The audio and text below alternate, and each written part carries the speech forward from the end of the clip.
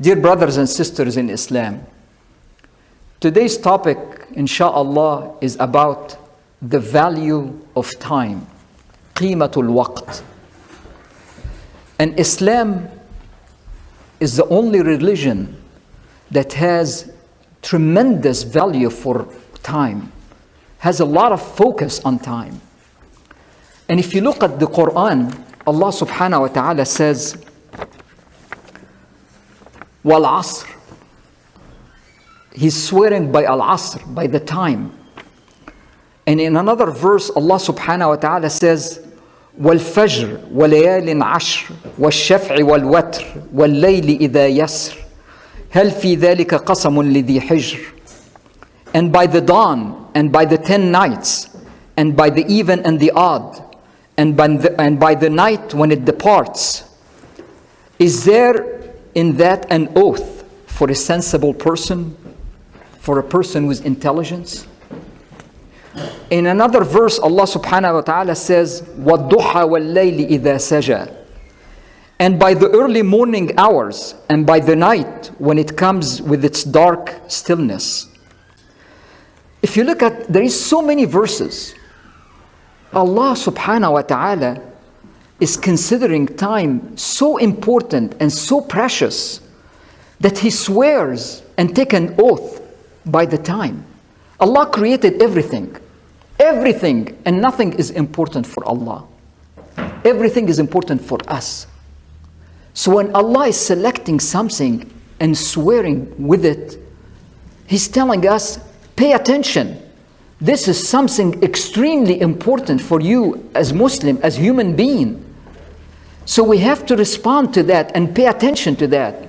As a matter of fact, if you look at Islam, all of it is built around time. Everything in Islam. If you look at our prayer, we salli the dhuhr, we keep track of time. It's now dhuhr, the sun is up and all of that. Oh, now it's time. Oh, 4 hours later, it's too late. We missed the dhuhr. Same thing with Asr, Maghrib, Isha, Fajr. And if you miss it one day, it's gone. If you look at our fasting, we pay attention. When is the moon? When did it start? When is the time? Oh, now it's the month of Ramadan started. Let's fast. Now the month of Ramadan ended. Shawwal started. We end our fast. During the day, we keep attention. Oh, it's Fajr. Oh, stop eating. Now it's sundown. I can eat. I can do everything and all of that. Same thing with Hajj. Allah could have made us Hajj any time in the year. No, a specific time. We keep track of it. The 10th of the Hijjah, that's when we go. And if you miss that day, you're not on Arafat. You didn't do Hajj. One day before, one day after, you missed the Hajj. It's over. Zakah. We keep track of our money. Which one of our wealth, our money, has been there for a whole year. That's what we pay zakah for. So everything in Islam is built around time. Time is so valuable, so important in Islam, that everything is built around time. And the Prophet ﷺ, he pointed that out to us in many hadith. Some of the hadith, in one of them, the Prophet ﷺ said, there are 2 blessings that are forgotten by many people. 2 gifts from Allah. Health and free time. Most of us, we don't pay attention to our health except when we're sick. When we're sick, we say, oh my God, I want to be healthy. When we're healthy, we don't remember. Same thing with time. When we have free time, we don't know what to do with it. I don't know what to do. I have 2 hours. I don't know what to do in 2 hours. But when we lose that time, we are remorseful. We feel bad. We wish we took advantage of that time. We wasted that time. That precious gift that Allah gave us, we wasted it. And the Prophet ﷺ said, make the most of 5 things before 5 others. Life before death. Health before sickness. Free time before becoming busy. Youth before old age. And wealth before poverty. When you have any one of those, don't miss the opportunity. Take advantage of it. Some people, you ask them, when are you going to do Hajj? Well, when I get older. Do you have a guarantee? Don't miss the opportunity. Those are 5 things that you have. Don't miss them. Whenever you have them, take advantage of them. When you have time, remember Allah. Do something that gets you closer to Allah. Whether salli, doing prayer, whether you're reading Quran, or working, or helping others, or spreading the word of Allah. All of these things, when you do your work, when you do all of that, you're worshiping Allah. You're close to Allah, so don't miss that opportunity. In another hadith, the Prophet ﷺ says, a servant of Allah will remain standing on the day of resurrection, on the day of judgment, will be standing in front of Allah until he is asked about 4 things: his life and how he spent it. What did you do in your life? His youth and how he used it up. His wealth and how he acquired it and how he spent it. And his knowledge and how he utilized it. So everything, our time that we're wasting, Allah subhanahu wa ta'ala is going to ask you. You are not going to be able to tell Allah, well, I didn't have time. You remember that day? You sat in front of TV for 12 hours doing nothing. You remember that day? You stayed playing video game. You remember that day? You said to your friend, I have nothing to do. So every second of your life, Allah subhanahu wa ta'ala is going to ask you about it. What did you do about it? I gave you that gift of life. What did you do with it? That gift of time. What did you do with it? Muslims supposed to be the most people that can value time and take advantage of it, utilize it. Our time is our capital, is our wealth. Just imagine if Allah subhanahu wa ta'ala gave you $1 million, $1 million, and then every day you stand in front of the ocean and today you throw 5,000, tomorrow 10,000, the day after 50, another day 20. This is time. This is the time that Allah subhanahu wa ta'ala gave you. Don't waste it. Don't throw it away. This is the biggest capital that you have, nothing more. And if you look at the early Muslims, the biggest difference between us and them, they valued time. They didn't waste time. That's why they built a Muslim nation that was the superpower of the time because of valuing time. The Prophet ﷺ, from the time it was revealed to him and he became a prophet, he lived 23 years. In 23 years, he built a nation. He built a whole nation. Today there is 1.4 billion Muslim and growing in 23 years because he valued time. He didn't waste it. He didn't feel that this is something, I have too much of it, I can waste it. The last army that the Prophet ﷺ got ready before passing away, it was an army led by a person called Usama ibn Zayd. Usama ibn Zayd was 16 years old. 16 years old, he was the head of the army. Because that person didn't sit playing video game. He didn't waste his time. He made himself a better person to the point that he was the one that's selected by the Prophet to lead the army. In the army there was Umar ibn al-Khattab. And there was a lot of great companion in that army. But he was the best qualified person to lead the army. 16 years old. Didn't waste his time. Used every second of it. Sayyidina Umar radiallahu anhu, he was the ruler of the Muslim Ummah in 10 years. 10 years. He changed that Ummah to the superpower of the time. In 10 years. The most feared nation at the time. The Muslim Ummah. 10 years. We live 80 years. What did we accomplish? In 10 years he made that. And look at how he valued time. He was quoted saying, when could I sleep? If I sleep during the night, I will not fulfill my duties toward my Lord. And if I sleep during the day, I will not fulfill my duties toward my people. He used to sleep a couple of hours. And when he does sleep, when he can't get up, he can't get up. Sometimes he sleep next to the road. Sometimes he sleep in the masjid. Wherever he can, when he cannot get up and continue doing, because he valued time. It's the most precious thing for him. Time. And if you look at some other people, like Ibn Taymiyyah, one of the greatest scholars of all time, he used to be called Shaykhul Islam. He died at the age of 57 years. When he died, he left 500 books in Islam. Till today, anybody who's studying Islam has to read the books of Ibn Taymiyyah. Many thousand years, 100 years and 1,000 years after he passed away, still his books are the reference for anybody who study Islam. 500 books in 57 years. And if you look, you're going to say those are the old people. No.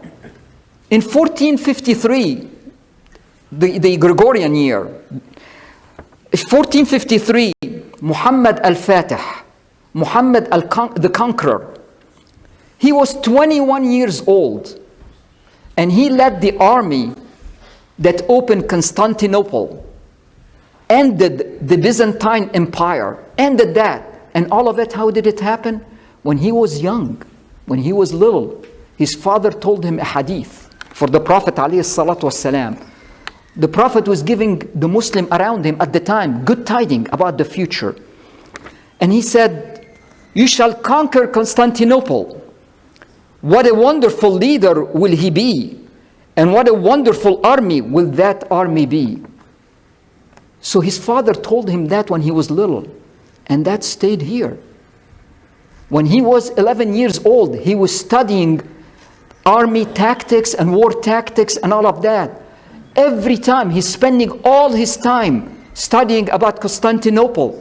How does it sit geographically, what to do, all of that. Until he was at 21 years old, he was the most qualified to lead the army against that empire, a huge empire. And Constantinople, it's kind of interesting. Constantinople was in the corner, it's where Turkey is today, where Istanbul is today.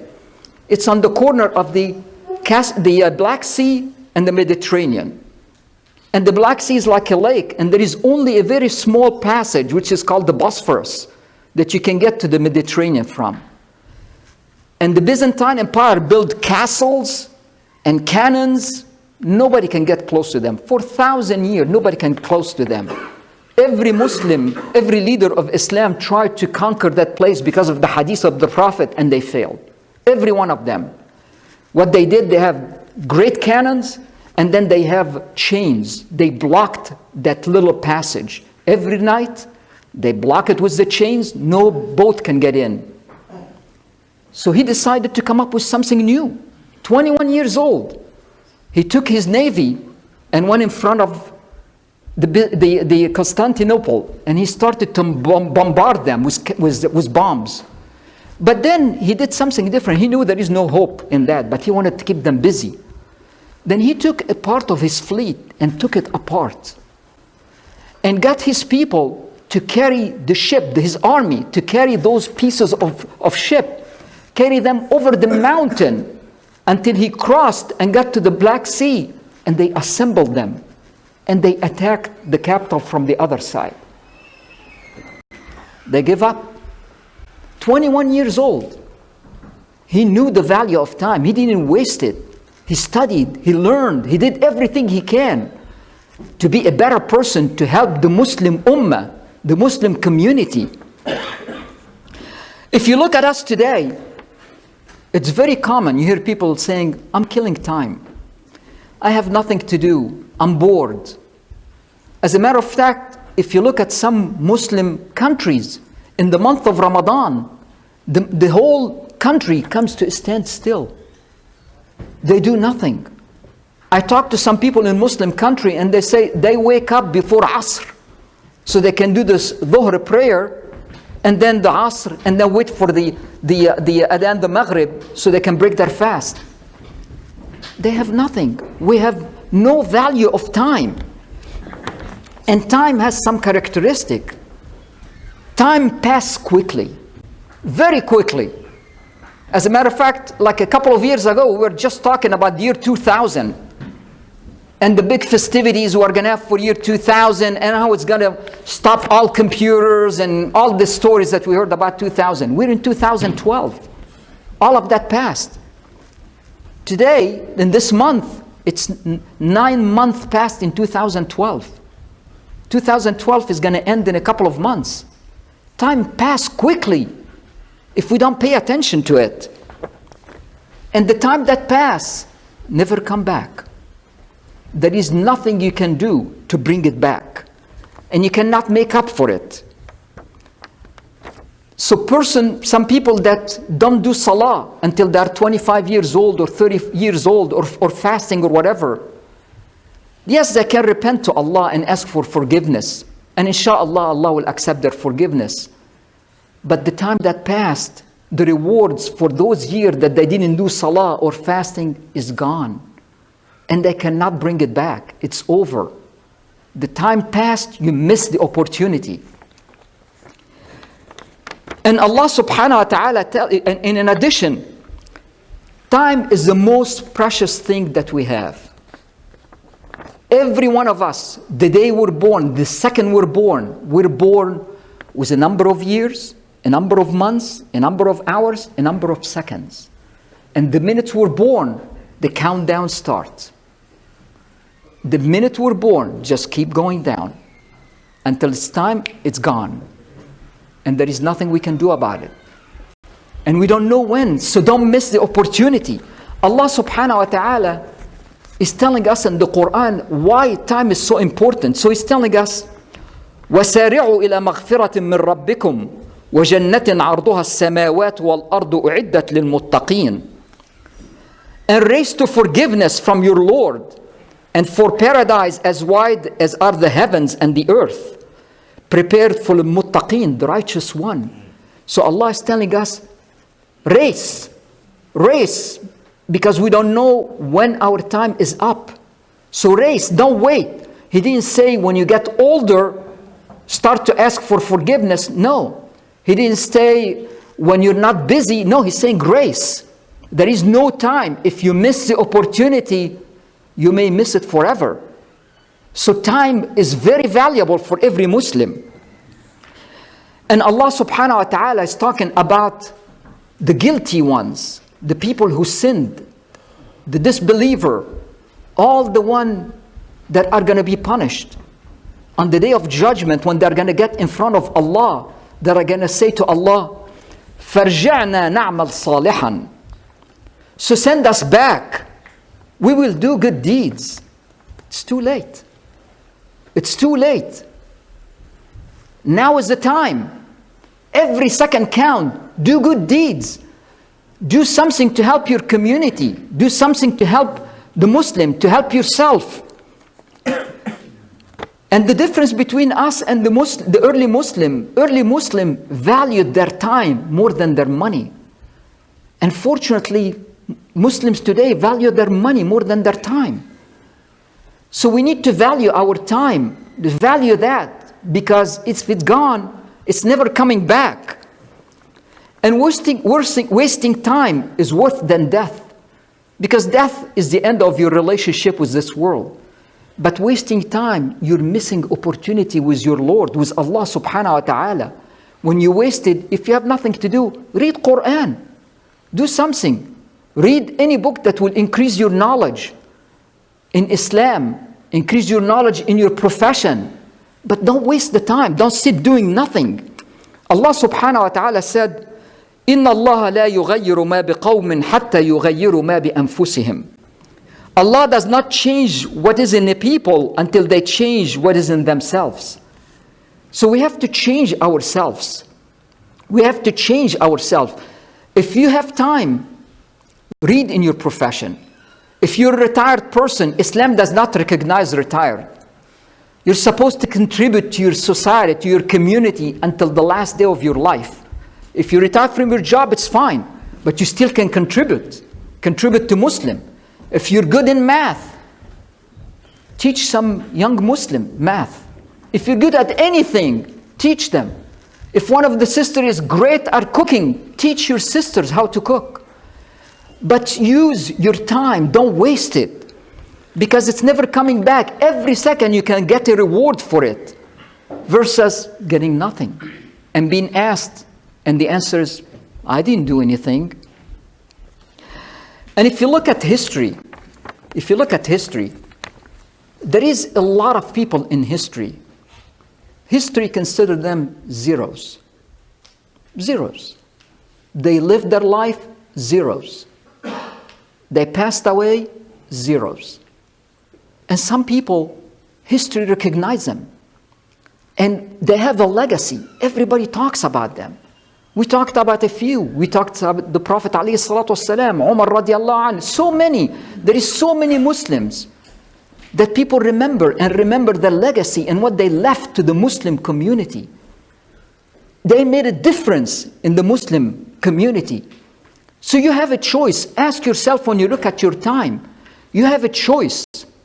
Do you want to be remembered in this world as a zero or as a hero? أقول قولي هذا وأستغفر الله لي ولكم ولسائر المسلمين استغفروه إنه غفور رحيم.